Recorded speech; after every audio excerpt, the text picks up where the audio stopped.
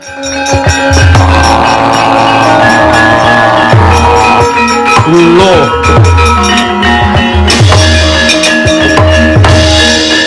Kowe kok ora malang kerik.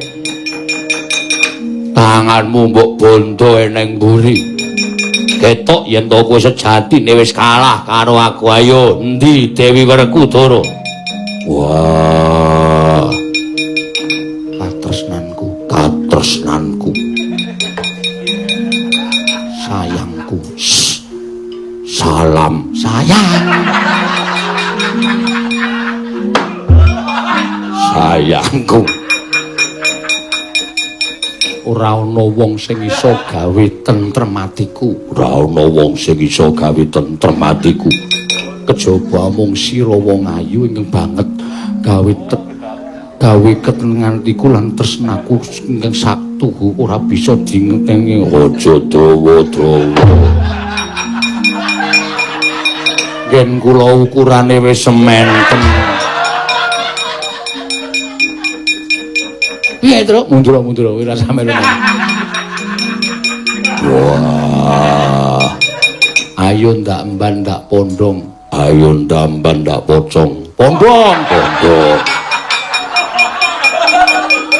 Ora bakal tiba ning kasur babut. Ora bakal tiba ning kasur babut.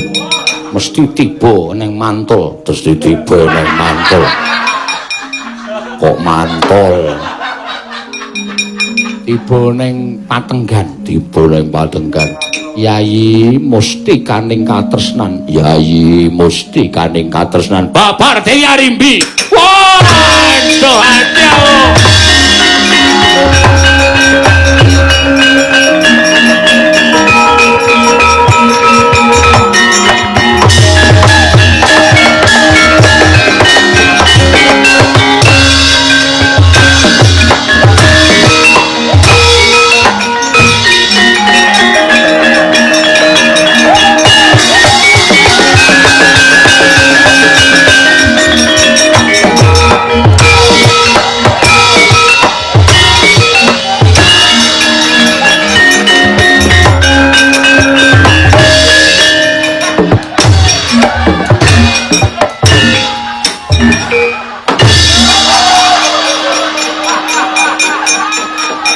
Biar aku nek ra nyilakake Bagong ngono kae.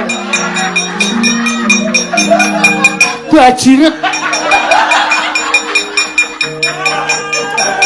Cemplung kalen aku, Tru.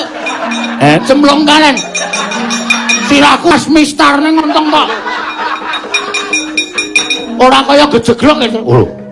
Kudune nek pas Mistar ki maduk ngono lho. Ora kowe mapiat ngono. Delok kono keramas kan?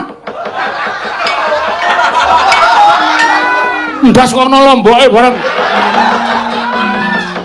Wala asu.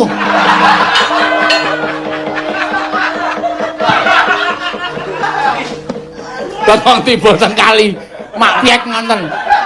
Yo ben. Mangkel aku. Waduh iki disampuke ra ilang. Tak kumen dasku. Ya.